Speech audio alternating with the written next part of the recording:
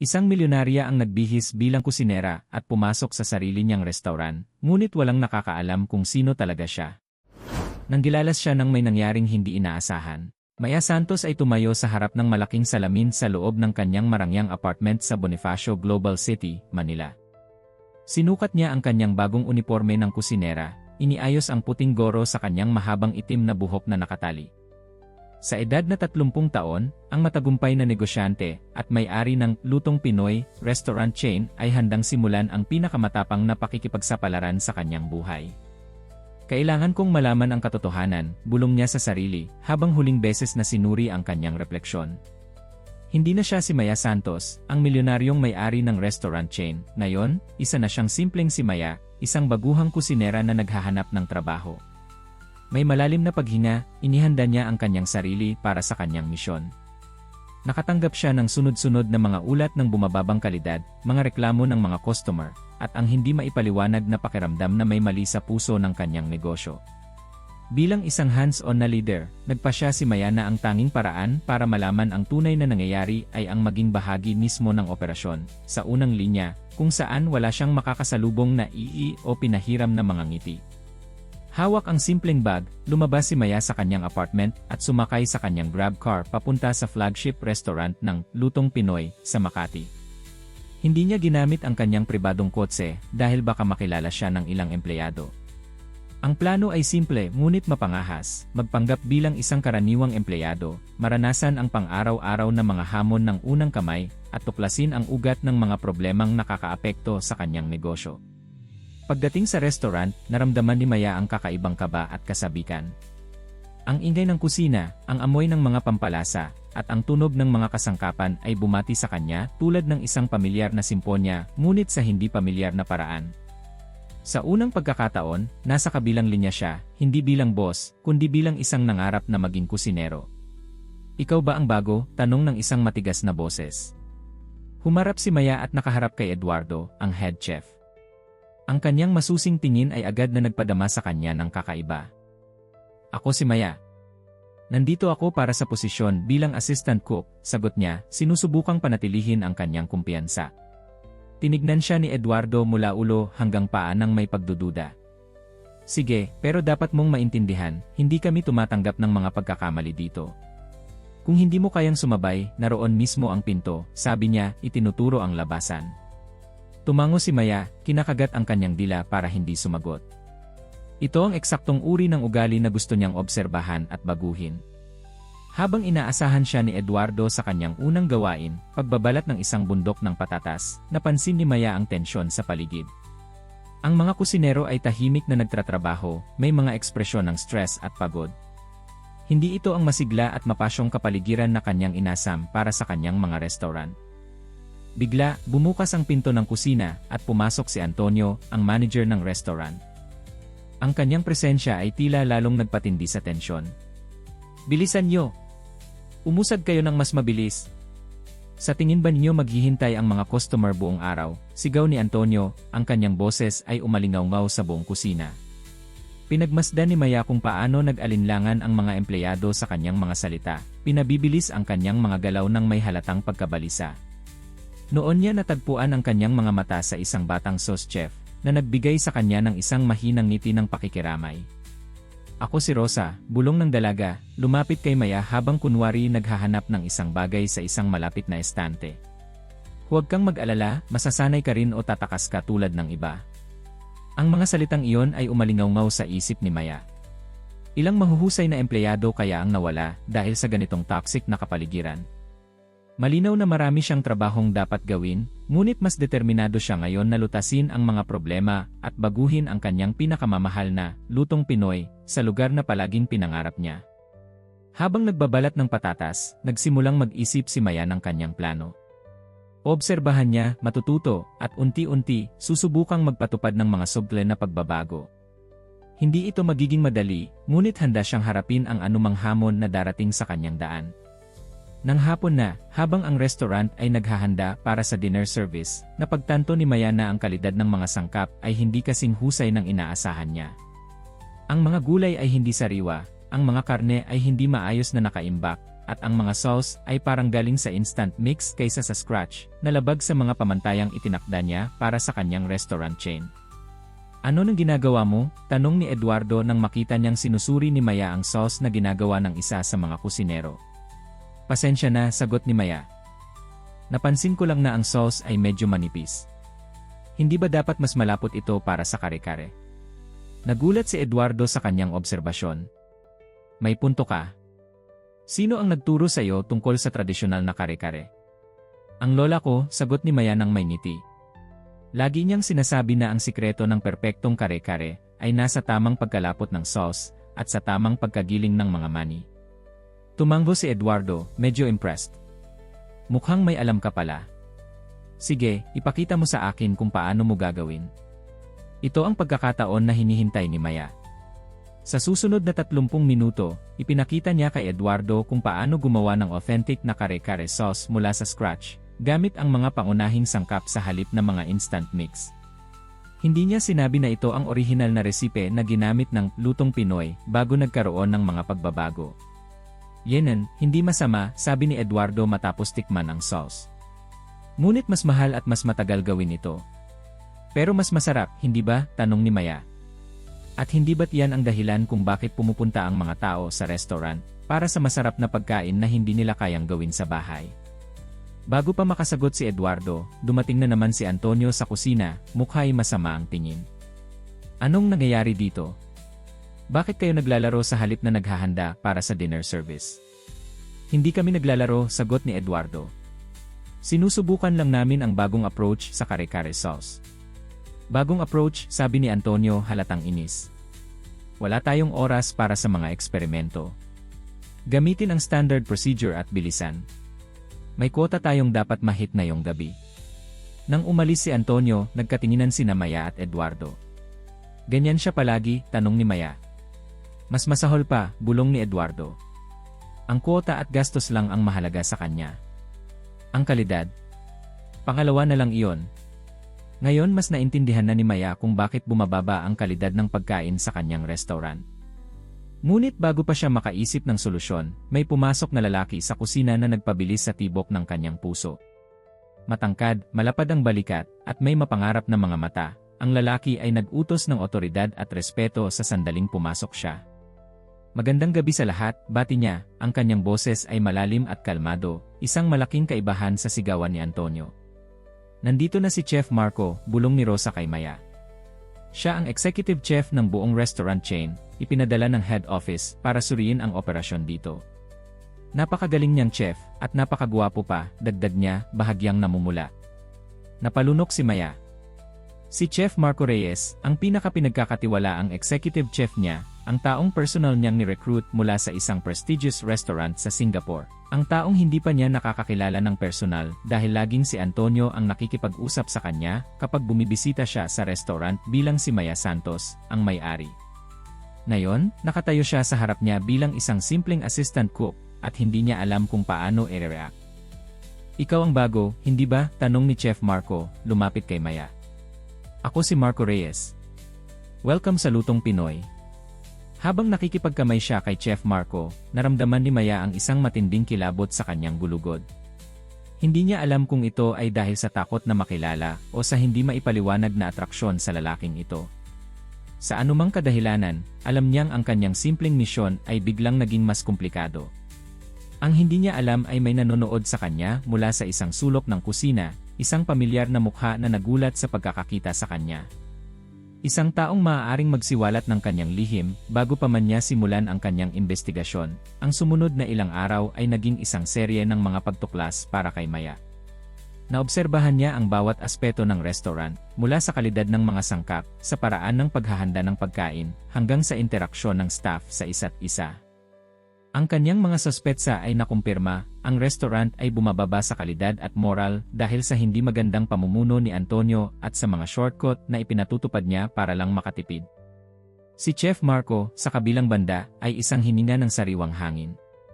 Kahit na pansamantala lang siyang nakabase sa branch na ito para sa isang espesyal na inspection, agad niyang nakita ang mga problema at nagsimulang gumawa ng mga rekomendasyon.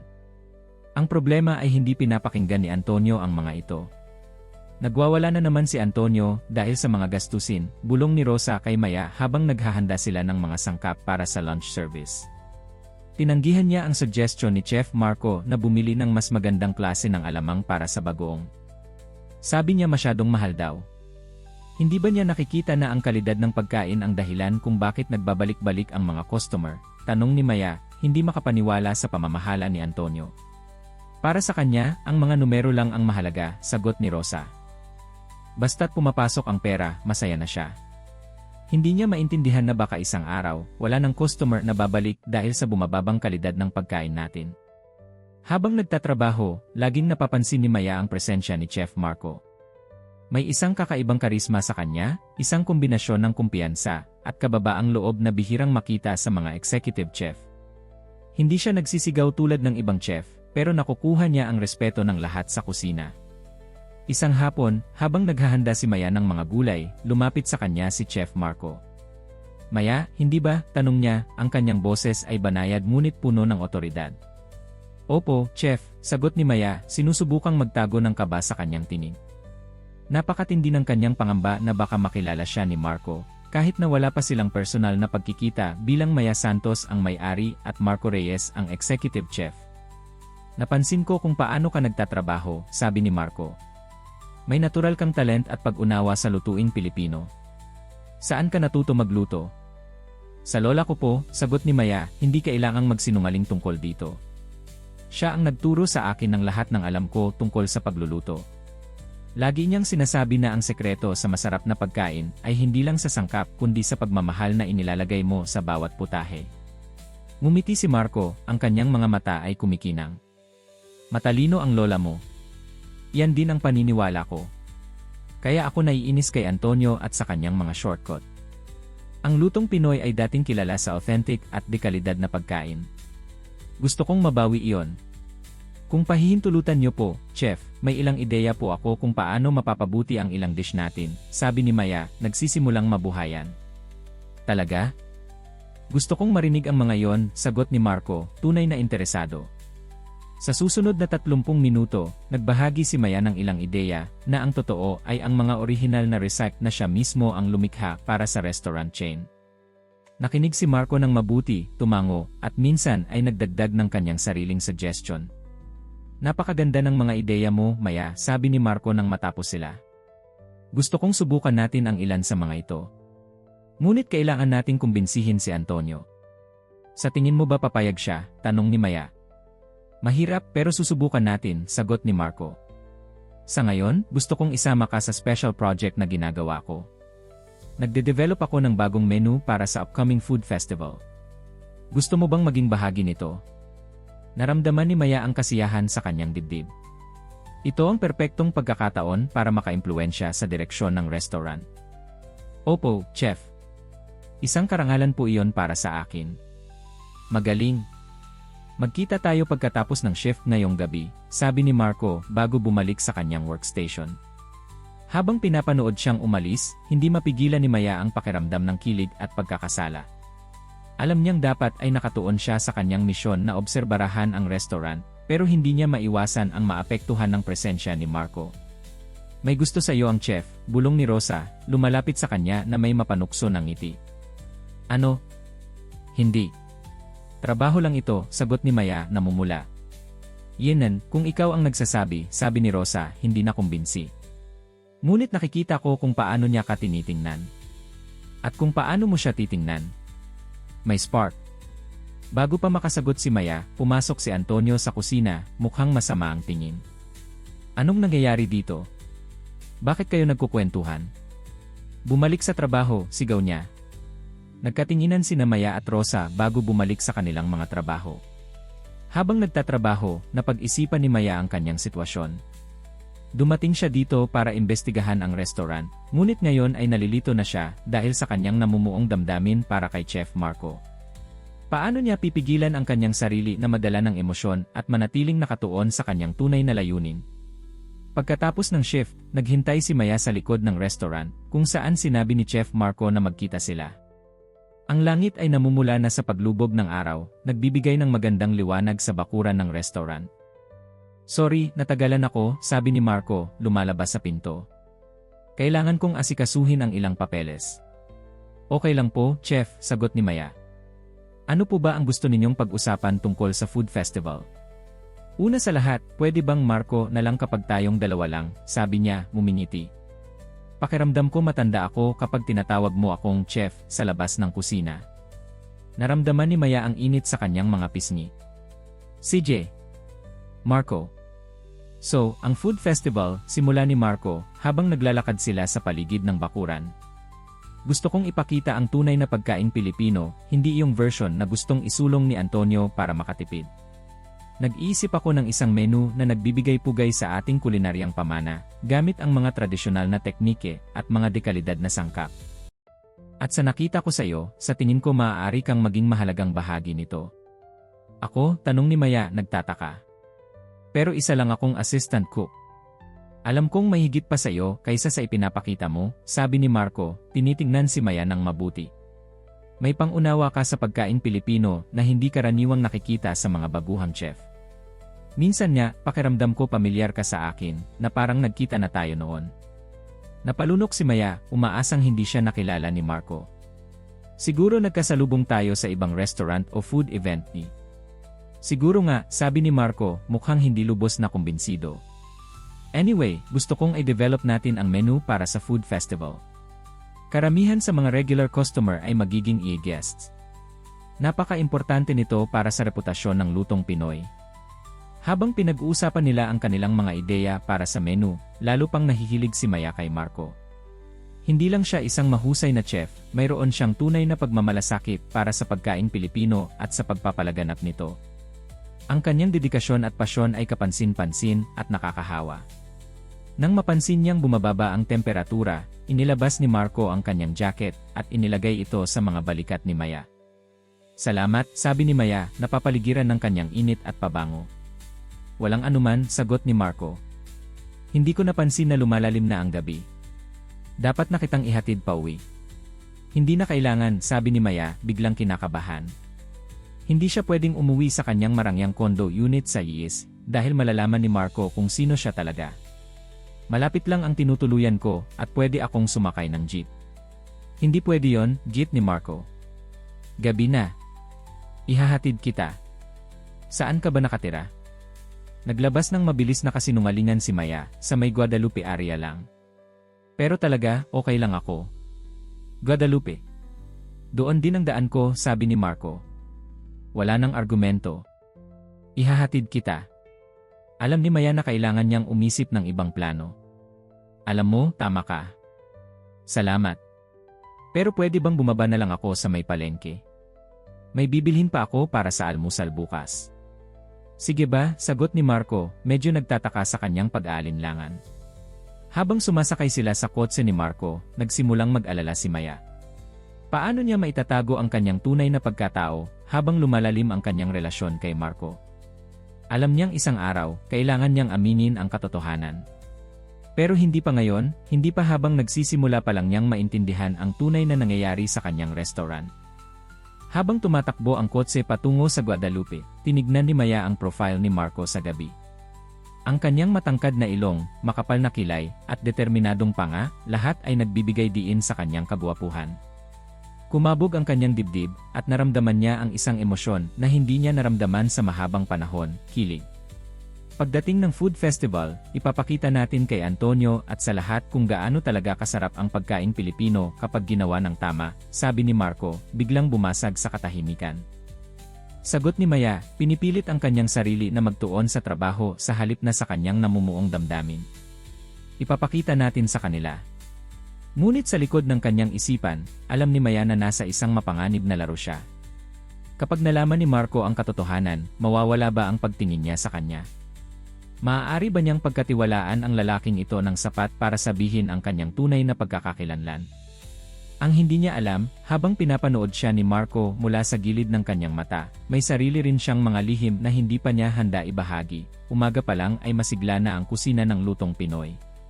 Buong sigasig na naghahanda ang lahat para sa isang espesyal na okasyon, ang pagbisita ng isang kilalang food critic sa restaurant.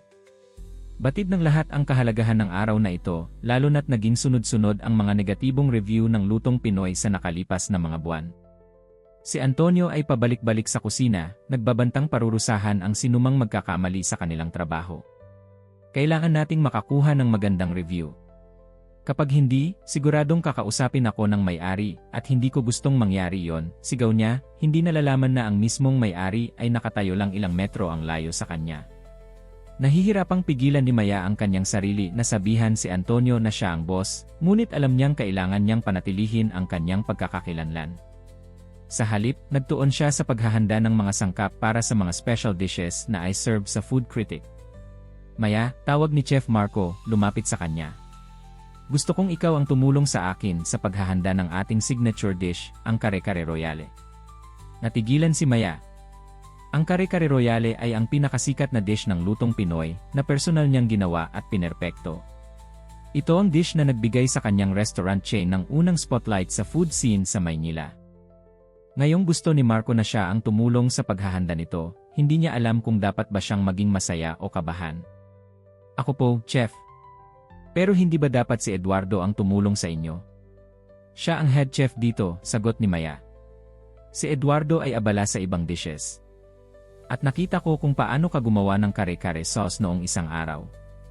May special touch ka, at iyon ang kailangan natin ngayon, paliwanag ni Marco na may kumpiyansa sa kanyang mga mata. Tumango si Maya, alam na ito ang pagkakataon niya para maibalik ang orihinal na sarap ng dish na pinakamamahal niya. Salamat po sa tiwala, Chef. Hindi ko kayo bibigyan. Habang magkasama silang nagtatrabaho, napansin ni Maya kung gaano kagaling si Marco bilang chef. Ang kanyang mga kilos ay tiyak at maayos, ang kanyang pag-unawa sa pagbabalanse ng mga lasa ay kahanga-hanga. Hindi katakataka kung bakit siya ang napili niyang maging executive chef para sa kanyang restaurant chain. Hindi ba nakakataka, simula ni Marco habang hinahalo niya ang sauce, na ang isang baguhang katulad mo ay may ganitong level ng pangunawa sa lutuing Pilipino. Napalunok si Maya, naramdaman ang butil ng pawis na bumubuo sa kanyang noo. Maaaring dahil lumaki ako sa kusina ng aking lola, Chef. Nakasanayan ko na ang mga tradisyonal na lutuin. Yenel, siguro nga, sagot ni Marco, ngunit sa kanyang tingin ay halata na hindi siya ganap na kumbinsido. Pero may iba sa'yo, Maya. Minsan, pakiramdam ko may mas malalim kang koneksyon sa restaurant na ito kaysa sa ipinapakita mo. Bago pa makasagot si Maya, pumasok si Antonio sa kusina, mukhang mas nababalisa kaysa karaniwang. Dumating na ang food critic. Nandito na si Emer Mendoza. Kailangan nating siguraduhin na perpekto ang lahat, sigaw niya, nagdudulot ng tensyon sa buong kusina. Napatigil si Maya. Si M.M. Mendoza, si Carlos Mendoza, ay isa sa pinakakilala at pinakamatapang na food critic sa Pilipinas. Kilala siya sa kanyang walang awa na mga review at sa kanyang kakayahang magbigay ng mabilis na pagbagsak sa reputasyon ng isang restaurant sa pamamagitan lamang ng isang artikulo. Nakilala niya ito sa ilang food events at alam niyang hindi siya magpapatawad sa anumang pagkakamali. Relax lang, Antonio, sabi ni Marco habang nagpapatuloy sa pagluluto. Kapag kinabahan tayo, mas malamang na magkamali. Hayaan mong gumawa ang kusina ng magic nito. Huminga ng malalim si Antonio bago bumalik sa dining area. Pagkaalis niya, sumenya si Eduardo kay Marco. Chef, may problema tayo, bulong niya. Ang seafood na in-order natin para sa seafood sinigang ay hindi dumating at ang ginagamit ni Rosa ngayon ay hindi kasing lusob ng dapat. Hindi ko alam kung magiging masarap ang sinigang. Sumimangot si Marco. Bakit ngayon mo lang sinabi? Ito ang isa sa mga specialty dish na in-order ni Emer Mendoza. Sinubukan ko pong ipaalam kay Antonio kahapon pa, pero ayaw niyang mag-order ng bagong supply dahil mas mahal, paliwanag ni Eduardo, halatang nababalisa. Nakita ni Maya ang pagkakataon para makatulong. Chef, may idea po ako. Bakit hindi natin baguhin ng kaunti ang recipe? Sa halip na i-highlight ang seafood, gawing mas prominent ang asim at lasa ng sampalok at native na gulay. Pwede nating gawing feature ang freshness ng mga local ingredients sa halip na ang seafood. Napatingin si Marco kay Maya, biglang nagliwanag ang kanyang mukha. Brilliant! Pwede nating tawagin itong sinigang sa sampalok supreme at i-highlight ang intensity ng sabaw sa halip na ang seafood.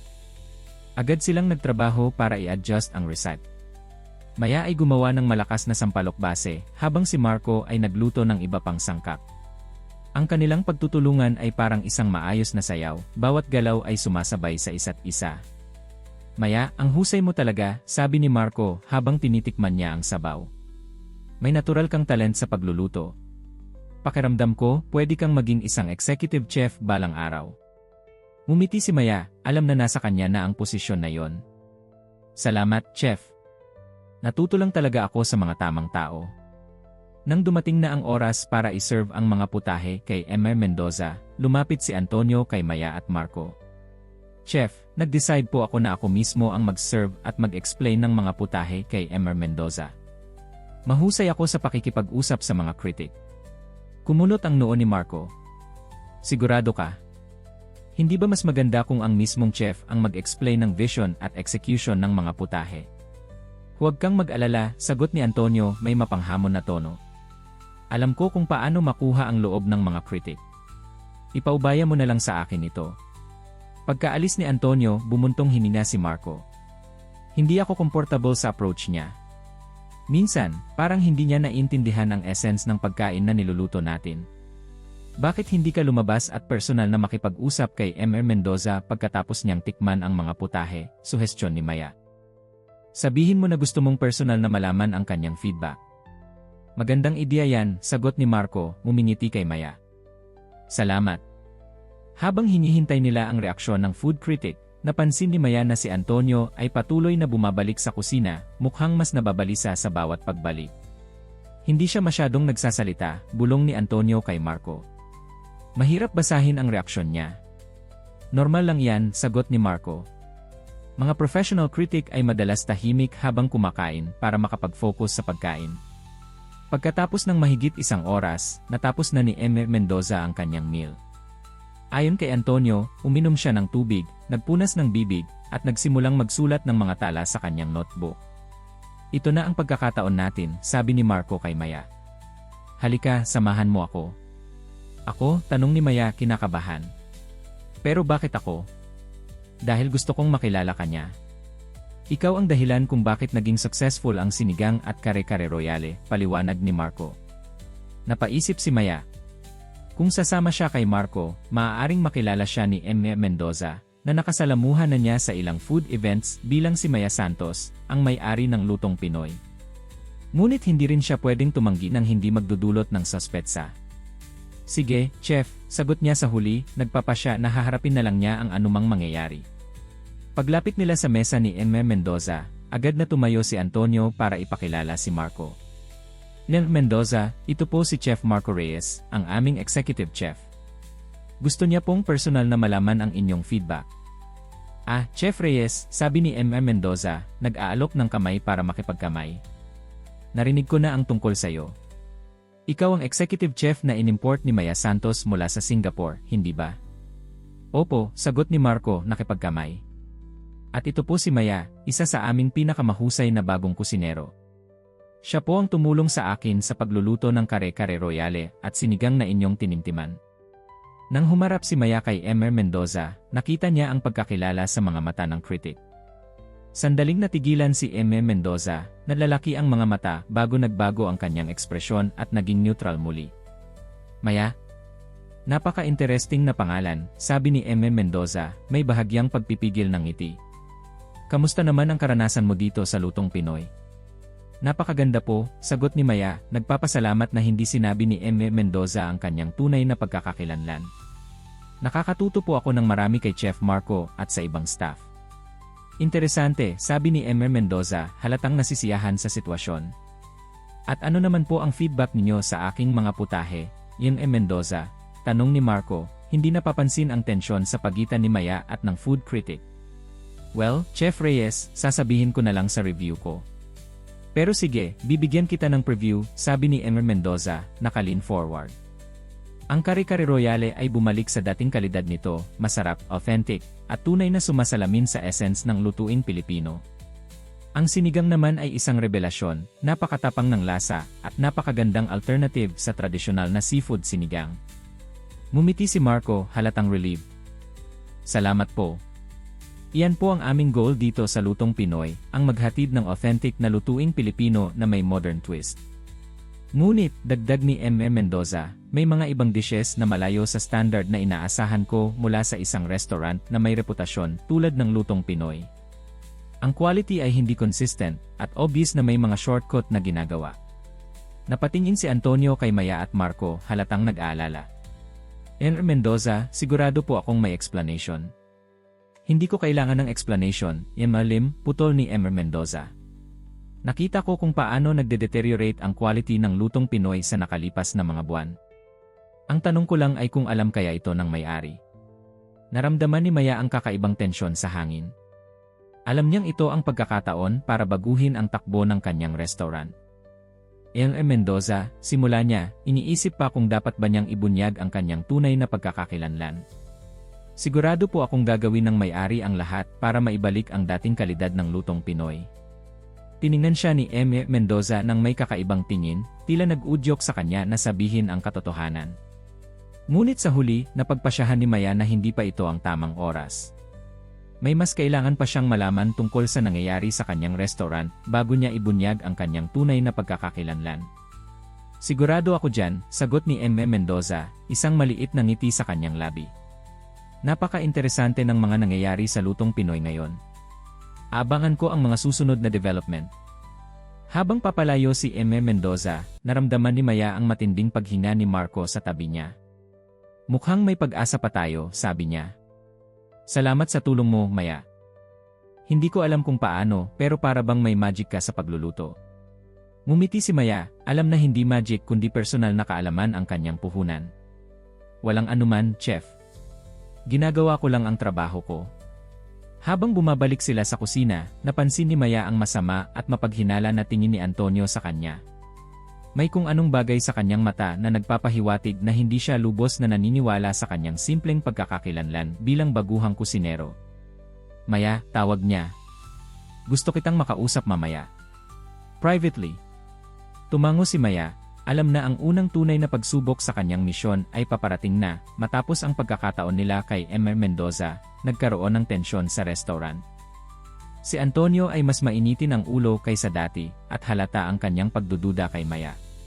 Sa gitna ng lahat ng ito, puspusan pa ring naghahanda si Chef Marco para sa nalalapit na food festival at si Maya ay nakatuon pa rin sa kanyang misyon na alamin ang mga problema sa restaurant.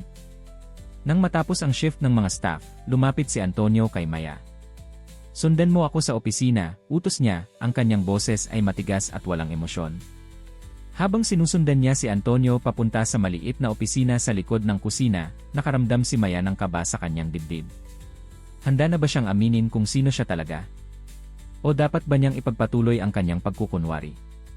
Nang makapasok sila sa opisina, isinara ni Antonio ang pinto at hinarap si Maya. Sino ka ba talaga? Tanong niya ng diretsyo.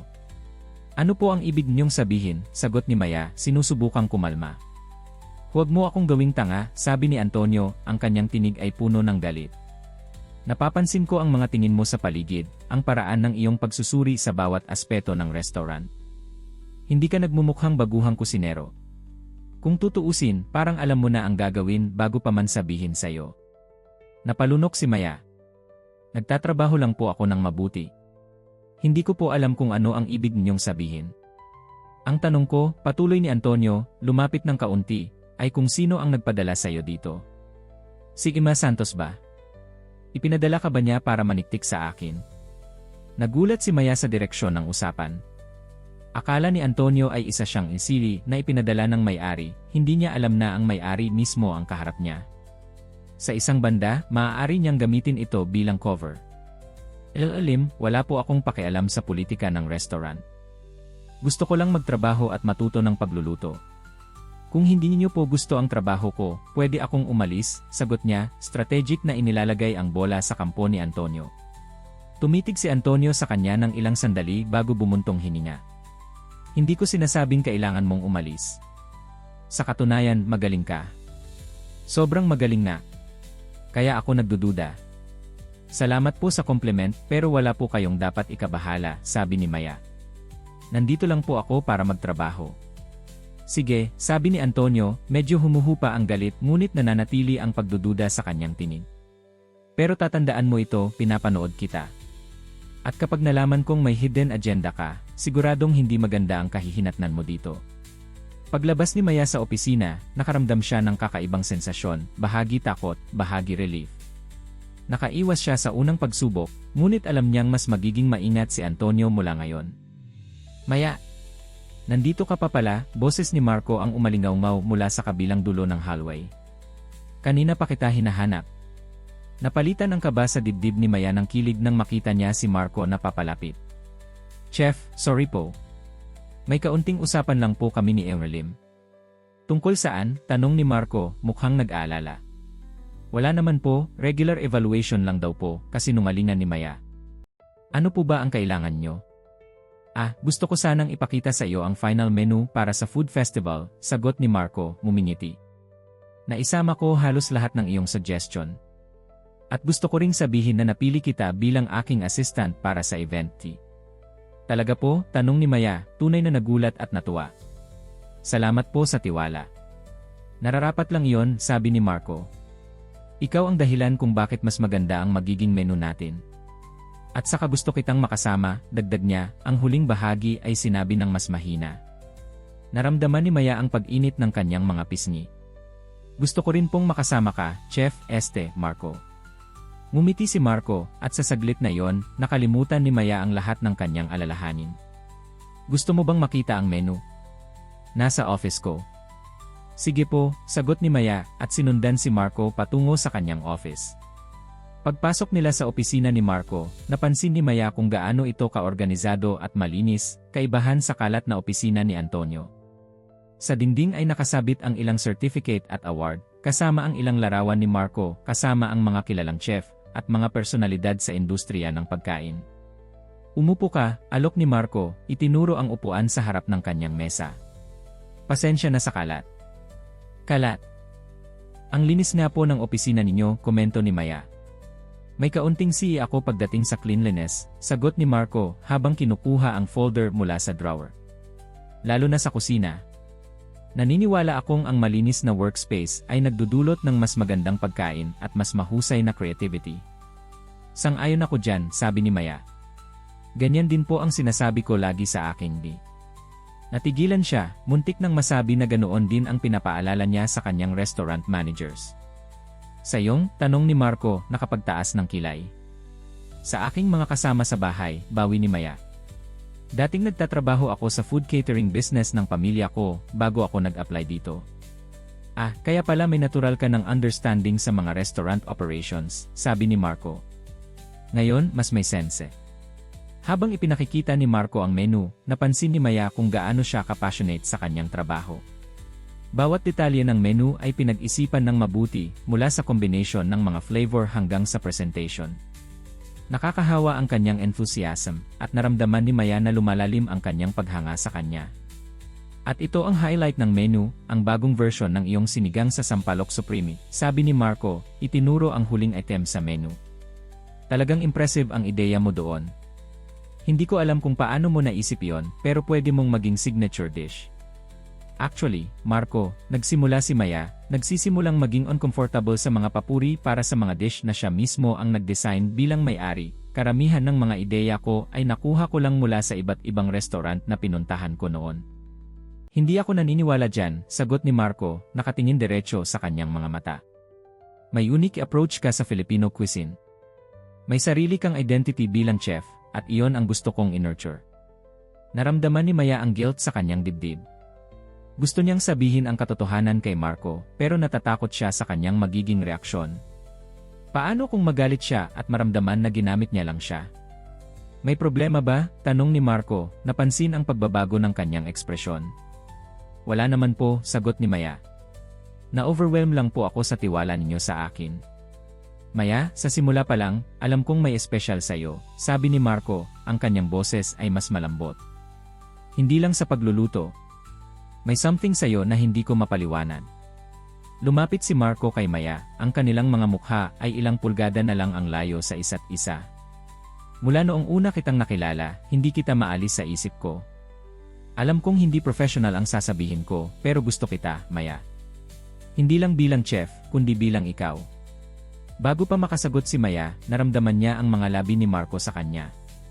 Ang halik ay banayad, mabagal at puno ng emosyon.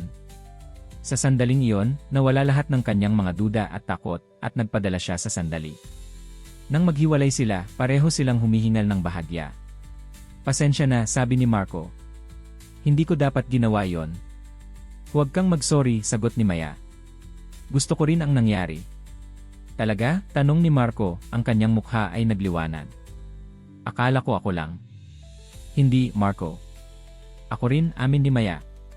Pero ano, tanong niya, ang kanyang mga mata ay puno ng pag-aalala. Naramdaman ni Maya ang bigat ng kanyang lihim. Dapat ba niyang sabihin ang katotohanan ngayon? O dapat ba niyang hayaang maging mas malalim pa ang kanilang relasyon bago niya aminin kung sino siya talaga? Pero may kailangan akong sabihin sa'yo, simula ni Maya. Hindi ako kung sino ang akala mo. Ano nang ibig mong sabihin? Tanong ni Marco, kumunot ang noo. May lihim ako, Marco. At natatakot akong kapag nalaman mo, baka magbago ang tingin mo sa akin, sabi ni Maya, ang kanyang puso ay kumakabog sa kanyang dibdib. Maya, ano man iyan, pwede nating pag-usapan, sabi ni Marco, hinawakan ang kanyang kamay. Trust me. Huminga ng malalim si Maya, nagdedesisyon na ito na ang oras. Marco, ako. Bigla may kumatok sa pinto ng opisina. Chef Marco. Nandito pa po ba kayo? Ang boses ni Rosa ang umalingaw-ngaw mula sa labas. Sandali lang, sigaw ni Marco pabalik, bago humarap muli kay Maya. Sorry. Anong sasabihin mo? Napailing si Maya. Ang sandali ay nawala na. Wala. Pag-usapan na lang natin sa ibang pagkakataon. Sinigurado ni Marco na okay lang si Maya bago niya binuksan ang pinto. Rosa, anong kailangan mo? Sorry po sa istorbo, Chef, sabi ni Rosa, pero may tumawag po. Si Emma Santos daw po, ang may-ari ng restaurant. Gusto niya raw po kayong makausap bukas ng umaga sa main office. Natigilan si Maya. Paano magkakaroon ng tawag mula sa kanya kung siya ay nandito? Sino ang nagpapanggap na siya? Emma Santos. Bakit biglaan? Tanong ni Marco. Hindi naman siya usually nakikipag-meet ng direct sa executive chef. Lagi siyang dumadaan kay Antonio. Hindi ko po alam, Chef, sagot ni Rosa. Pero mukhang importante raw po. Tungkol sa nalalapit na food festival. Sige, salamat sa pagpapaabot ng mensahe, sabi ni Marco. Pagkaalis ni Rosa, humarap siya kay Maya. Kakaiba. Napakarere na makipag-usap sa akin ng direkta ang may-ari. Nakaramdam si Maya ng kaba. May nagpapanggap na siya. O isa itong trap ni Antonio. Kilala mo ba siya? Sigma Santos. Hindi pa kami nagkikita in person, sagot ni Marco. Lahat ng communications namin ay through email o kaya si Antonio ang nagre-represent sa kanya. Medyo mysterious siya, actually. Kahit nga sa mga major food events, bihira siyang mag-appear personally. Ano nang alam mo tungkol sa kanya? Tanong ni Maya, curious kung paano nakikita ni Marco ang tunay na Maya Santos. Base sa mga narinig ko, she's brilliant. Passionate sa Filipino cuisine at determined na iangat ito sa global stage. Siya ang dahilan kung bakit ko tinanggap ang offer dito sa Lutong Pinoy kahit na may ibang mas malaking restaurants na nag-o-offer sa akin ng posisyon, paliwanag ni Marco. Gusto kong makatrabaho ang isang taong may ganitong klaseng vision. Naramdaman ni Maya ang init sa kanyang dibdib. Hindi niya inaasahan na ganito pala ang tingin ni Marco sa kanya kahit hindi pa sila personal na nagkikita. Mukhang hinahangaan mo siya, komento ni Maya. Naman, sagot ni Marco. Pero alam mo, kakaiba ito pero simula noong nakilala kita, parang may similarities kayo sa approach sa food. Minsan nga, naiisip ko na baka magkakasundo kayo kung magkakilala kayo. Hindi napigilan ni Maya ang bahagyang pagtawa. Siguro nga. Anyway, kailangan ko nang maghanda para sa meeting bukas, sabi ni Marco. Alam kong hindi pa tayo tapos mag-usap, pero pwede ba tayong magkita pagkatapos ng shift ko bukas? May sasabihin pa ako sa'yo. Sige, sagot ni Maya, napaisip kung ano ang kanyang gagawin tungkol sa kunwaring meeting bukas. Mag-iingat ka, ha? Bakit naman ako mag-iingat? Tanong ni Marco, nagtataka. Wala lang, sagot ni Maya. Feeling ko lang na may something weird sa biglang meeting na ito. Nang maghiwalay sila, mabilis na tinawagan ni Maya ang kanyang assistant sa kanyang private line. Diana, may nagpanggap ba na ako na tumawag kay Chef Marco para sa meeting bukas? Maan? Hindi po, sagot ni Diana nagtataka. Wala naman pong nakaschedule na meeting bukas. At hindi rin po kami tumawag sa restaurant. Bakit po? May problema tayo, sabi ni Maya. May nagpapanggap na ako. Kailangan nating alamin kung sino. Pagkatapos ng tawag, umupo si Maya sa isang bangko sa labas ng restaurant, iniisip ang kanyang susunod na hakbang. Hindi lang ang kanyang undercover mission ang komplikado ngayon, kundi pati na rin ang kanyang namumuong relasyon kay Marco at ang misteryosong taong nagpapanggap na siya. Habang nakatingin sa kalangitan ng Manila, nagdesisyon si Maya. Bukas, pupunta siya sa meeting bilang Maya Santos, ang tunay na Maya Santos, at haharapin kung sino man ang nasa likod ng lahat ng ito. Oras na para lumantad ang katotohanan, kahit na nangangahulugan ito ng pagtatapos ng kanyang relasyon kay Marco bago pa man ito nagsimula ng tunay. Kinabukasan, maagang dumating si Maya sa main office ng Lutong Pinoy Group sa isang mataas na gusali sa Makati Business District. Sinigurado niyang nakasuot siya ng kanyang pinakamahusay na business attire, isang maong na blazer, silk blouse, at tailored na slacks. Ito ang unang pagkakataon sa loob ng ilang linggo na nadama niyang muli ang kanyang tunay na pagkatao bilang Maya Santos, ang may-ari ng Lutong Pinoy. Good morning, Maya Santos, bati ng receptionist, nagulat sa biglang pagdating ng kanyang boss. Hindi po namin kayo inaasahan ngayon. May importante akong meeting, sagot ni Maya, inayos ang kanyang designer bag, may dumating na ba dito na naghahanap sa akin? O si Chef Marco Reyes? Wala pa po, sagot ng receptionist.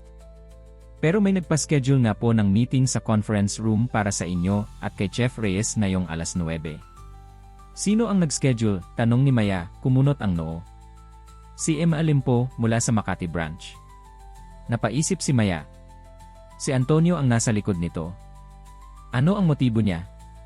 Sige, akyat na ako sa conference room. Kapag dumating si Chef Reyes, ipahatid mo siya agad. Yes po, Inma Santos. Habang naglalakad papunta sa elevator, kinakabahan si Maya. Ano ang sasabihin niya kay Marco? Paano niya ipapaliwanag ang kanyang pagkukunwari? At bakit gusto ni Antonio na magkita sila ni Marco? Pagdating sa conference room, nakakagulat ang tanawin sa harap niya. Si Antonio ay nakaupo sa dulo ng mahaba at makintab na lamesa, mukhang kampante at naghihintay. Antonio, bati ni Maya, pinipilit na kontrolin ang kanyang galit. Ano ang ibig sabihin nito? Ella Santos, sagot ni Antonio, tumayo at yumuko ng bahagya bilang paggalang. Salamat sa pagdating niyo sa aking maliit na pagtitipon. Pagtitipon? Bakit mo ako pinapunta dito at pinapunta rin si Chef Reyes? Tanong ni Maya, sinubukang makakuha ng impormasyon. Simple lang, sagot ni Antonio, nakangiti ng mapanganib. Gusto kong magkakilala kayo ni Chef Reyes ng maayos. Hindi bilang Maya ang baguhang kusinero, kundi bilang Maya Santos, ang may-ari ng Lutong Pinoy. Natigilan si Maya, ramdam ang pagbilis ng tibok ng kanyang puso. Paano mo nalaman? Hindi niyo ako maluloko, Ina Santos, sagot ni Antonio, tumanaw sa bintana. Medyo natagalan ako bago ko nakumpirma, pero nakita ko ang isang larawan niyo sa business magazine kahapon, at doon ko na-realize kung bakit kayo mukhang pamilyar. Nagulat ako nang makita ko kayo sa kusina, nagpapanggap na isang simple at walang karanasang kusinero. May dahilan ako para gawin yon, depensa ni Maya. At alam ko kung ano yon, sabi ni Antonio, lumalakad palapit sa kanya. Gusto ninyong maniktik sa amin, obserbahan kung paano ko pinapatakbo ang restaurant. Hindi ba't sapat na ang mga ulat na ipinapadala ko sa inyo? O baka naman hindi kayo nagtitiwala sa akin? Hindi na dapat kita pagkatiwalaan, Antonio, sagot ni Maya, hindi na mapigilan ang kanyang galit. Nakita ko kung paano mo tinatakbo ang restaurant. Ang mga shortcut na ginagawa mo para makatipid sa gastos, ang pagbaba ng kalidad ng mga sangkap, ang pangit mong pakikitungo sa mga staff. Lahat ng iyon ay kabaligtaran ng vision ko para sa Lutong Pinoy. Negosyo ito, Ina Santos, sagot ni Antonio, ang kanyang boses ay malamig. Ang bottom line ang pinakaimportante. At kung titignan niyo ang financial reports, makikita niyo na ang branch ko ang may pinakamataas na profit margin sa buong chain. Sa ngayon, sabi ni Maya. Pero paano kung nalaman ng mga customer na bumababa ang kalidad ng aming pagkain? Paano kung nagsimula ng kumalat ang negative reviews? Ang Lutong Pinoy ay hindi lang negosyo, Antonio. Ito ang legacy ko, ang pangarap ko. Ah, so iyon ang dahilan kung bakit ka nagpanggap bilang kusinero. Para iligtas ang iyong legacy, tanong ni Antonio, ang tono ay mapangutya. Amin ni Maya. Gusto kong makita ang nangyayari sa likod ng mga numero, gusto kong malaman kung bakit bumababa ang quality at customer satisfaction. At ngayon, nakita ko na. Ikaw ang problema, Antonio. Bago pa makasagot si Antonio, may kumatok sa pinto ng conference room. Nagkatinginan sina Maya at Antonio, pareho silang alam kung sino ang nasa likod ng pinto. Pasok, sigaw ni Antonio. Nang bumukas ang pinto, pumasok si Marco, nakasuot ng kanyang formal na chef's uniform. Agad na napunta ang kanyang tingin kay Maya, at nakita niya ang gulat at pagkalito sa kanyang mukha. Maya? Ano nang ginagawa mo dito? Tanong niya, nagtataka kung bakit ang baguhang kusinero ay nakapormal na business attire, at nasa high-end conference room ng main office. Pasensya na sa pagkalito, Chef Reyes, sabi ni Antonio, ngumingiti ng mapanganib. Hayaan mong ipakilala kita sa tunay na Maya Santos, ang may-ari ng Lutong Pinoy. O baka kilala mo na siya bilang Maya, ang baguhang kusinero na kasamahan natin sa kusina. Nakita ni Maya ang pagbabago ng ekspresyon ni Marco, mula sa pagkalito, hanggang sa pagkagulat, at sa huli, pag-unawa at pagtataksil. Hindi maaari, bulong niya. Marco, pwede kong ipaliwanag, sabi ni Maya, lumapit sa kanya. Umiwas si Marco, ang kanyang mga mata ay puno ng sakit. Kaya pala ganoon na lang ang pag-alam mo sa mga recipe, sa mga teknike. Hindi dahil sa talent o passion, kundi dahil ikaw mismo ang lumikha ng mga yon. Hindi, Marco. May talent at passion din ako, sagot ni Maya, desperadong ipaunawa ang kanyang sarili. Lahat ng sinabi ko tungkol sa pagmamahal ko sa pagluluto ay totoo. At paano naman ang ibang bagay? Tanong ni Marco, ang kanyang boses ay nanginginig. Ang malasakit mo sa kusina. Ang pakikipagtrabaho mo sa amin. Ang mga sandaling pinagsaluhan natin. Ano sa mga yon ang totoo, Maya? O dapat ko bang sabihin, Ima Santos? Lahat ng iyon ay totoo, Marco, sagot ni Maya, lumapit sa kanya kahit na umiiwas siya. Nagpanggap lang ako bilang kusinero para makita kung ano ang totoong nangyayari sa restaurant ko. Hindi ko inaasahan na makikilala kita, na magiging malapit tayo. Na mababaliw ako sa iyo, tanong ni Marco, ang kanyang tinig ay mahinahon ngunit puno ng emosyon. Nagbukas ako sa iyo, Maya. Ibinahagi ko ang aking mga pangarap, ang aking mga takot. Akala ko nakakita ako ng kakaiba sa iyo, isang baguhang chef na may potensyal na maging mahusay. At sa halip, ang nakita ko pala ay isang mayaman at makapangyarihang negosyante na naglalaro ng role. Hindi ako naglalaro, Marco, giit ni Maya. Totoo ang naramdaman ko para sa iyo. At paano ko malalaman yon? Tanong niya. Paano ko malalaman kung ano ang totoo at kung ano ang part ng iyong experiment? Ah, napakatouching naman ito, sabi ni Antonio, pumalakpak ng mabagal. Ngunit inaaksaya lang natin ang oras dito. May negosyo tayong pag-usapan. Wala akong pakialam sa iyong negosyo ngayon, Antonio, sagot ni Marco, ang kanyang mga mata ay hindi umaalis kay Maya. Gusto ko lang malaman kung bakit. Bakit mo ginawa ito, Maya? Huminga ng malalim si Maya, alam na ito ang sandali ng katotohanan. Nagsimula itong lahat nang makita ko ang mga ulat ng bumababang kalidad at customer satisfaction sa Lutong Pinoy. Hindi ko maintindihan kung bakit, dahil ayon sa financial reports ni Antonio, lahat ay maganda. Kaya nagpa siya akong personal na obserbahan ang nangyayari. At hindi mo man lang naisip na tanungin ako, tanong ni Marco. Ako ang executive chef. Kung may problema, dapat sa akin ka lumapit una. Hindi ko alam kung sino ang maaring pagkatiwalaan, Marco, paliwanag ni Maya. Hindi tayo nagkikita noon at lahat ng komunikasyon natin ay dumadaan kay Antonio. Paano ko malalaman na hindi ka kasama sa problema? Ah, kaya naiisip mo na ako ang problema, sabi ni Marco, ang kanyang tono ay nagpapakita ng sakit. Hindi, sagot ni Maya. Ngayon, alam ko na kung sino talaga ang problema. Tumingin siya kay Antonio. Tumawa si Antonio. Kung sa tingin mo tatanggalin mo ako sa posisyon ko, mag-isip ka muli, Ima Santos. Alam ko ang lahat ng nangyayari sa restaurant. Alam ko kung paano mo pinamamalakad ang iyong negosyo. Alam ko ang mga lihim na ayaw mong malaman ng publiko. Anong ibig mong sabihin? Tanong ni Maya na pahinto. Alam mo ba kung bakit napakataas ng profit margin ng branch ko? Tanong ni Antonio, nakangiti ng mapanganib. Hindi lang dahil sa mga shortcut sa sangkap. May mga creative accounting practices din. At kung tatanggalin mo ako, siguraduhin mong handa kang harapin ang konsekwensya. Naniningil ka ba sa akin, Antonio? Tanong ni Maya, hindi makapaniwala sa kanyang naririnig. Tinatawag ko itong negosasyon, sagot ni Antonio. Hayaan mo akong patuloy na mamahala sa branch, at pangako kong hindi lalabas ang iyong maliit na lihim at ang aking mga accounting methods. Bago pa makasagot si Maya, lumapit si Marco kay Antonio, ang kanyang mukha ay matigas sa galit. Hindi ka naniningil sa kanya. Hindi mo siya tinatakot. Umalis ka na. Hindi mo pa ba naintindihan, Chef Reyes? Tanong ni Antonio, tumatawa. Hindi mo alam ang buong kwento. Sigma Santos ay. Hindi ko kailangan malaman ang buong kwento, putol ni Marco. Ang alam ko lang ay ginagamit mo ang iyong posisyon para magpayaman sa expense ng restaurant at sa expense ng reputasyon ni Maya. Nagulat si Maya sa pagtanggol ni Marco sa kanya, kahit na nasaktan siya ng kanyang pagsisinungaling. Marco Lee. Ito ang mangyayari, Antonio, patuloy ni Marco, hindi pinapansin si Maya. Aalis ka na ngayon din kung hindi, ako mismo ang magsasabi sa mga otoridad tungkol sa iyong creative accounting. At alam kong mas malaki ang problema mo kaysa kay Maya. Namutla si Antonio, halatang nagulat sa pagbabanta ni Marco. Hindi mo malalaman kung saan nakatago ang ebidensya. Hindi ako kailangan, sagot ni Marco. Ang isang simpleng audit ay sapat na. At sigurado akong gusto ni Emma Santos na malaman kung ano talaga ang nangyayari sa kanyang pera. Nagkatinginan sina Maya at Antonio, at nakita ni Maya na nabigo na ang dating manager.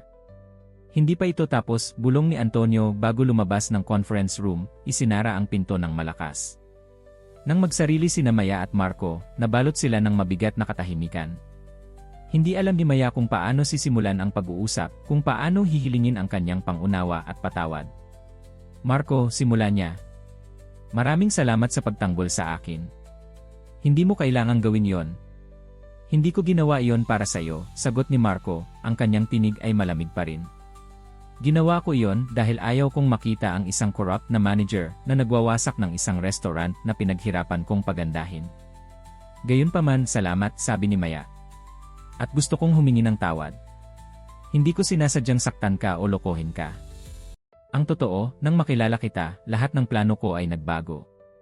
Nahulog ang loob ko sa iyo, Marco. Hindi ko inaasahan iyon. Tinitigan siya ni Marco, sinusubukang hanapin ang katotohanan sa kanyang mga mata. Paano ko malalaman kung totoo yan? Dahil kung hindi, wala akong dahilan para aminin ito ngayon, sagot ni Maya. Pwede kong ituloy ang pagkukunwari, ituloy ang paglalaro ng role. Pero hindi ko kayang patuloy na magsinungaling sa iyo, Marco. Hindi pagkatapos ng nangyari sa atin. Tumalikod si Marco, tumingin sa bintana na nakaharap sa cityscape ng Makati. Alam mo ba kung gaano kahirap ito para sa akin?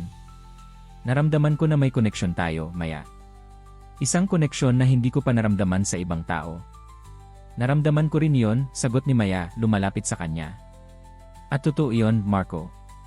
Ang mga sandali natin sa kusina, ang mga pag-uusap natin, ang mga pagtutulungan natin, lahat ng iyon ay tunay. Pero nagsimula ito sa kasinungalingan, sabi ni Marco.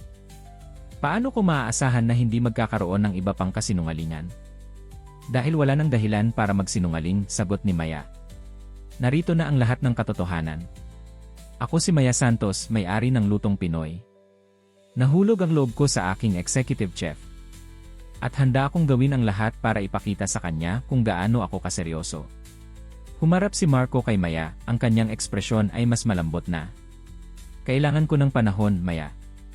Kailangan kong mag-isip. Naiintindihan ko, sagot ni Maya, kahit na nasaktan siya sa kanyang mga salita. Pero hiling ko lang, bigyan mo ako ng pagkakataon na ipakita sa iyo kung sino talaga ako, hindi si Maya ang baguhang kusinero, hindi rin si Emma Santos ang negosyante, kundi si Maya, ang taong nakilala mo at minahal mo sa kusina. Hindi ko sinabi na minahal kita, sabi ni Marco, ngunit may bahagyang ngiti sa kanyang labi. Hindi mo kailangang sabihin, sagot ni Maya, nahihiyang ngumiti. Nakita ko sa paraan ng iyong pagtingin, sa paraan ng iyong paghalik. Tumahimik si Marco, pero nakita ni Maya na may pag-asa pa. Ano ng plano mo ngayon? Tanong niya sa wakas. Una, kailangan kong ayusin ang gulo ni Antonio, sabi ni Maya. Siguruhin na hindi siya makakagawa pa ng mas maraming pinsala. Pangalawa, kailangan kong ibalik ang lutong Pinoy sa dating kalidad nito. At ang pangatlo, tanong ni Marco. Pangatlo, sabi ni Maya, huminga ng malalim, kailangan kong manalo muli ng tiwala ng isang napakahalagang tao sa buhay ko. Nagkatinginan sila, ang tensyon ay nananatili, ngunit may bagong elemento na, ang posibilidad ng reconciliation, ng bagong simula. Tulungan kita sa una at pangalawa, sabi ni Marco pagkatapos ng mahabang sandali. Ang pangatlo, kailangan mong pagtrabahuhan iyon ng mag-isa. Ngumiti si Maya, nagpapasalamat na hindi pa niya lubos na nawala si Marco. Fair enough. Pwede ba kitang ayain sa isang bagong simula? Hindi bilang boss at employee, kundi bilang dalawang taong may shared passion para sa pagkain at sa isa't isa. Hindi sumagot si Marco ng direkta, pero tumango siya ng bahagya. May food festival tayong dapat paghandaan, Ina Santos. O gusto mo pa ring tawagin kitang Maya? Maya, sagot niya, ang kanyang puso ay umaapaw sa pag-asa. Palagi lang akong Maya para sa'yo, Marco. Habang lumabas sila ng conference room, alam ni Maya na marami pa silang dapat pagdaanan. Ang tiwala, kapag nasira, ay hindi madaling maibabalik. Ngunit nakita niya ang pag-asa sa mga mata ni Marco, at iyon ang magbibigay sa kanya ng lakas para ipagpatuloy ang kanilang kwento, ang kwento ng dalawang taong nahanap ang isa't isa sa gitna ng kasinungalingan at katotohanan. Sa gitna ng lasang at puso ng lutong Pinoy, isang buwan ang matuling lumipas mula nang mabunyag ang tunay na pagkakakilanlan ni Maya. Sa loob ng panahong iyon, maraming nagbago sa lutong Pinoy. Matapos ang kumpletong audit, natuklasan ang lawak ng mga irregularidad na ginawa ni Antonio. Hindi lamang niya binabaan ang kalidad ng mga sangkap para makatipid, kundi may mga hindi malinaw na transaksyon din sa mga supplier at misreporting ng sales. Agad na tinanggal si Antonio sa kanyang posisyon at naghabla si Maya ng legal action para sa fraud. Kinuha ni Maya si Rosa bilang pansamantalang manager habang naghahanap siya ng permanenteng kapalit ni Antonio. Naging malaking bagay ang promotion para kay Rosa at ipinakita niya ang kanyang kakayahan sa pamamahala ng restaurant ng may husay at dedikasyon. Ang lutong Pinoy ay dahan-dahang nagbabalik sa dating kalidad nito.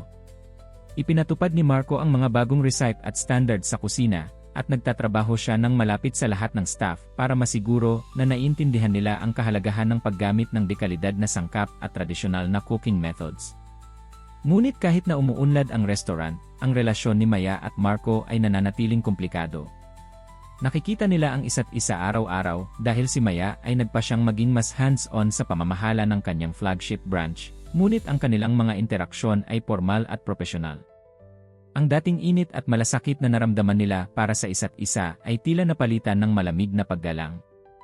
Isang gabi, isang linggo bago ang pinakahihintay na food festival, nanatili si Maya sa restaurant matapos magsara ito. Naglilinis siya ng kanyang desk sa dating opisina ni Antonio nang may kumatok sa pinto. Pasok, sabi niya, inasahang si Rosa o isa sa mga staff. Ngunit si Marco ang pumasok, dala-dala ang 2 tasa ng kape. Naisip kong baka kailangan mo nito. Matagal na gabi. Nagulat si Maya, hindi inaasahan ang simpleng kabaitan mula sa kanya. Salamat, Marco. Mabuti naman at naisip mo. Inilapag ni Marco ang isang tasa sa mesa niya bago umupo sa silya sa harap niya. Paano ang preparations para sa food festival? May kailangan pa ba tayong ayusin? Medyo maayos na ang karamihan, sagot ni Maya, humihigop ng kape. Pero may ilang detalye pa akong kailangang i-finalize. Tumango si Marco at nabalot sila ng katahimikan. May tensyon sa hangin, puno ng mga salitang hindi nasasabi at damdaming hindi na ipapahayag. Sa wakas, si Marco ang bumasag sa katahimikan. Maya, kailangan nating pag-usapan ang nangyari. Natigilan si Maya, bumilis ang tibok ng kanyang puso. Akala ko ayaw mong pag-usapan yon. Akala ko rin, amin ni Marco. Sinubukan kong kalimutan ang lahat, ang ating mga pinagsamahan, ang mga sandaling nagsama tayo sa kusina, ang halik na yon sa aking opisina. Pero hindi ko magawa. Tumingin si Maya sa kanyang mga mata, nakikita ang tunay na damdamin sa likod ng kanyang mga salita. Marco, alam kong nasaktan kita. At hindi ko inaasahan na mapapatawad mo ako ng ganoon kadali. Pero sana malaman mo na totoo ang lahat ng naramdaman ko para sa iyo. Naniniwala ako, sagot ni Marco, huminga ng malalim. Matagal akong nag-isip tungkol dito. At sa bawat araw na nakikita kita, nakikita ko ang taong nakilala ko sa kusina, si Maya na passionate sa pagkain, na pursigido, matalino, at totoo sa kanyang sarili. Naramdaman ni Maya ang pag-asa sa kanyang dibdib. Marco, bigyan mo ako ng pagkakataon na ipakita sa iyo kung sino talaga ako, hindi si Maya na nagpapanggap, hindi rin si Emea Santos na boss, kundi ako lang, ang taong nahulog ang loob sa iyo. Tumayo si Marco at lumapit sa bintana, tumingin sa kalangitan ng Maynila na nagniningning sa gabi. Nagustuhan kita noon dahil nakita ko ang passion mo sa kusina, ang dedication mo sa craft. Ngayon, naiintindihan ko na kung bakit, dahil ikaw ang may-ari, natural lang na mamahalin mo ang lutong Pinoy ng buong puso. Hindi lang dahil sa ako ang may-ari, sagot ni Maya, tumayo at lumapit sa kanya. Kundi dahil ang restaurant na ito ang representasyon ng pangarap ko, ang iangat ang lutuing Pilipino, ang ipakita sa mundo ang galing ng ating cuisine. At nang makilala kita, nakita ko na pareho tayo ng vision. Kaya kita kinuha bilang executive chef, at kaya rin ako nahulog sa iyo nang makilala kita sa kusina. Humarap si Marco sa kanya, ang kanilang mga mukha ay ilang pulgada lamang ang layo. Kailangan kong malaman, Maya. Kung hindi ka nagpanggap bilang kusinero, kung nakilala mo ako bilang si Emea Santos sa umpisa pa lang, sa tingin mo ba magkakaroon pa rin tayo ng ganitong koneksyon? Nag-isip si Maya ng malalim bago sumagot. Hindi ko alam, Marco. Pero naniniwala ako na ang koneksyon natin ay hindi dahil sa aking pagpapanggap o sa iyong posisyon sa kumpanya. Nangyari ito dahil sa pagitan ng lahat ng kasinungalingan, nakilala natin ang isa't isa sa pinakamalalim at pinakatotoong paraan, sa kusina, sa gitna ng pressure, sa gitna ng paghahanda ng pagkain na pareho nating mahal. Tila nakumbinsi si Marco sa kanyang mga salita. May kakaiba talaga sa iyo, Maya Santos. Kahit gaano ko sinubukang iwasan ang damdamin ko para sa iyo, hindi ko magawa. Ibig sabihin, simula ni Maya, hindi kayang tapusin ang tanong dahil sa takot na baka hindi niya gusto ang sagot. Ibig sabihin, patuloy ni Marco, lumapit pa sa kanya, gusto kong subukan ulit. Hindi bilang kusinero at assistant cook, hindi rin bilang executive chef at kundi bilang Marco at Maya, dalawang taong nagmamahalan at nagsisimula muli. Nanlaki ang mga mata ni Maya, hindi makapaniwala sa kanyang narinig. Sigurado ka ba? Sa halip na sumagot, hinawakan ni Marco ang kanyang mukha at marahang hinalikan siya. Hindi ito tulad ng kanilang unang halik na puno ng pananabik at alinlangan, kundi isang halik na puno ng katiyakan at pangako. Nang maghiwalay sila, pareho silang nakangiti. Ayon ang sagot ko, sabi ni Marco. Natakot ako na baka hindi na kita mababawi, amin ni Maya, nakahawak sa kanyang mga kamay. Mahirap talaga, Maya, sagot ni Marco ng totoo. Ang tiwala, kapag nasira, ay hindi madaling maibabalik. Pero nakita ko kung gaano ka kaseryoso sa pagbabago ng lutong Pinoy, kung paano mo pinahalagahan ang bawat empleyado, kung paano mo tinanggap ang responsibilidad sa mga nangyari. At iyon ang nagpakita sa akin kung sino ka talaga. Maya leaned her head on his shoulder, feeling a sense of peace that had eluded her for weeks. Maraming salamat sa pagbibigay sa akin ng pangalawang pagkakataon, Marco. Hindi lang ikaw ang nabigyan ng pangalawang pagkakataon, sagot ni Marco, hinahaplos ang kanyang buhok. Ako rin. Hindi araw-araw na makikilala mo ang isang taong kasing passionate mo sa pagluluto, kasing determinado mo sa pagkamit ng excellence. So, ano ngayon? Tanong ni Maya, nakatingin sa kanyang mga mata. Ngayon, sabi ni Marco, tayo ay magtutulungan para gawing successful ang food festival.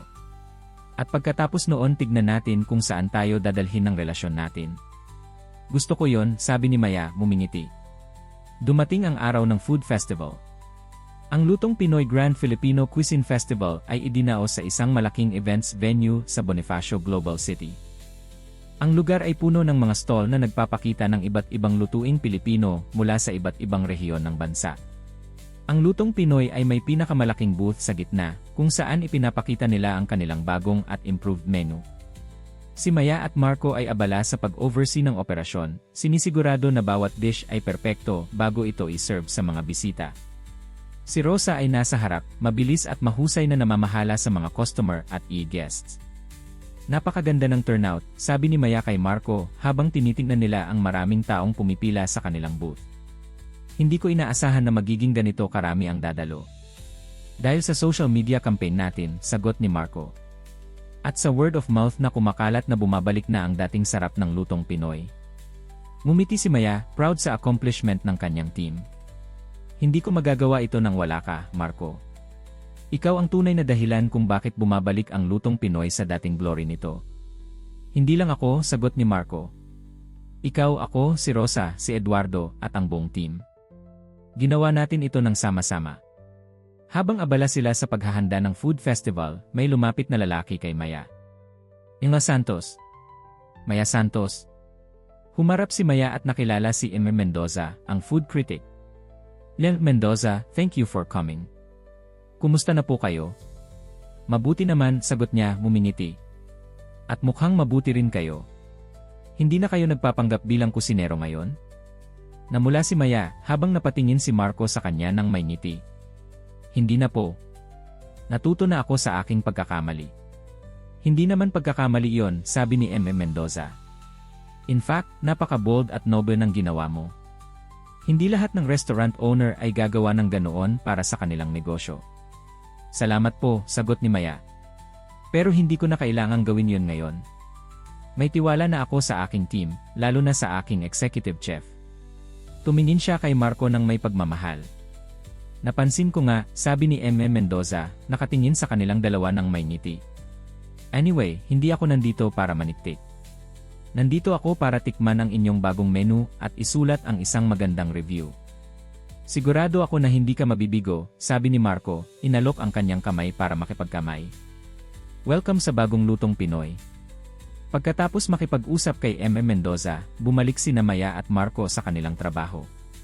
Habang nagtatrabaho sila ng magkasama, napansin ni Maya kung gaano sila kalapit ng kanilang team. Si Eduardo, na dating masungit, ay ngayon ay nagtuturo sa mga junior chef ng may pasensya at dedikasyon.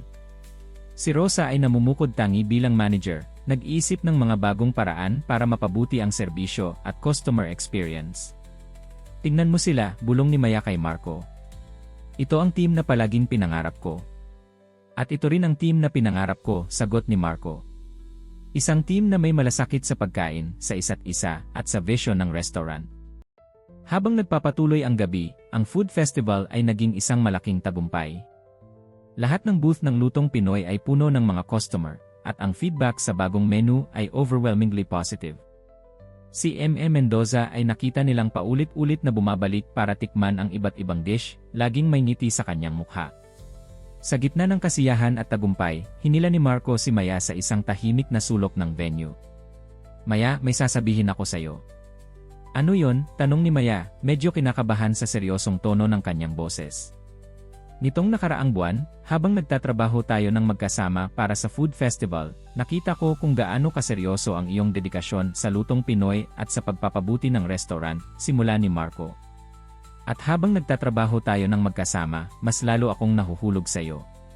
Napangiti si Maya, ramdam ang init sa kanyang dibdib. Ako rin, Marco. Lalo akong nahuhulog sa iyo, habang nakikita ko kung paano mo pinamumunuan ang ating team, kung paano mo tinuturuan ang bawat isa ng may pasensya at pag-unawa. Kaya naisip ko, patuloy ni Marco, kinakabahan, na baka panahon na para formalize ang ating partnership. Partnership? Tanong ni Maya, nagtataka. Hindi lang sa negosyo, sagot ni Marco, hinawakan ang kanyang kamay. Kundi sa buhay din eh. Kinuha ni Marco ang isang maliit na box mula sa kanyang bulsa at lumuhod sa harap ni Maya. Maya Santos, alam kong mabilis ito, at alam kong marami pa tayong pagsubok na pagdadaanan, pero sigurado ako na ikaw ang taong gusto kong makasama habang buhay, sa kusina man o sa labas nito. Pakakasalan mo ba ako? Napaluha si Maya sa gulat at kaligayahan. Hindi niya inaasahan na aabot sa ganitong punto ang kanilang relasyon ng ganito kabilis. Ngunit sa kanyang puso, alam niyang tama ito. Si Marco ang taong nakakaintindi sa kanyang passion para sa pagkain, sa kanyang dedikasyon sa lutong Pinoy, at sa kanyang tunay na pagkatao. Marco, sagot niya, ang mga luha ay tuluyang pumatak. Pakakasalan kita. Isinuot ni Marco ang singsing sa kanyang daliri at tumayo para halikan siya. Sa paligid nila, hindi nila napansin na ang kanilang team, sina Rosa, Eduardo, at ang ibang staff ng Lutong Pinoy, ay pinapanood sila at nagpalakpakan nang makita ang proposal. Congratulations, Ma'am Maya at Chef Marco, sigaw ni Rosa, lumapit para yakapin sila. Alam ko na magkakatuluyan kayo. Mula pa noong una ko kayong nakitang magkasama sa kusina, dagdag ni Eduardo, nakangiti. May spark talaga. Natawa si Maya, namumula. Ganoon ba kami kahalata? Ma'am, sagot ni Rosa. Pero masaya kami para sa inyo. Deserve ninyo ang isa't isa. Habang ang celebration ay nagpapatuloy, nakatingin si Maya sa kanyang singsing at pagkatapos kay Marco. Sino ang mag-aakala na ang kanyang simpleng mission na mag-undercover sa kanyang sariling restaurant ay hahantong sa ganitong kaligayahan? Nagsimula siya bilang isang may-ari na nag-aalala sa kalidad ng kanyang negosyo, at ngayon, natagpuan niya ang tunay na recipe para sa kaligayahan, isang taong nagmamahal sa kanya ng totoo, isang team na dedicated sa kanilang vision, at isang restaurant na muling sumikat. Ano nang iniisip mo? Tanong ni Marco, nakayakap sa kanya habang pinapanood nila ang masayang crowd sa food festival. Iniisip ko lang kung gaano tayo kaswerte, sagot ni Maya. Paano nagsimula ang lahat sa isang kasinungalingan pero nauwi sa pinakamagandang katotohanan ng aking buhay? Hindi lang swerte, sabi ni Marco. Pinili natin ito. Pinili nating magpatawad, pinili nating magtiwala, pinili nating mahalin ang isa't isa. At ako'y nagpapasalamat na ginawa natin ang tamang pagpili, sabi ni Maya, tumingala para halikan siya. Sa gitna ng ingay at kasiyahan ng food festival, nakita ni Maya kung paano naging perpekto ang lahat. Ang lutong Pinoy ay muling umaangat, ang kanyang team ay mas malakas kaysa dati, at siya ay nakahanap ng partner hindi lamang sa negosyo kundi sa buhay. Habang pinapanood nila ang mga customer na nasasarapan sa kanilang mga putahe, alam ni Maya na ito ang simula ng isang bagong kabanata para sa lutong Pinoy at para sa kanya, isang kabanata na puno ng pag-ibig, pagkain, at mga bagong adventure na maghihintay sa kanila.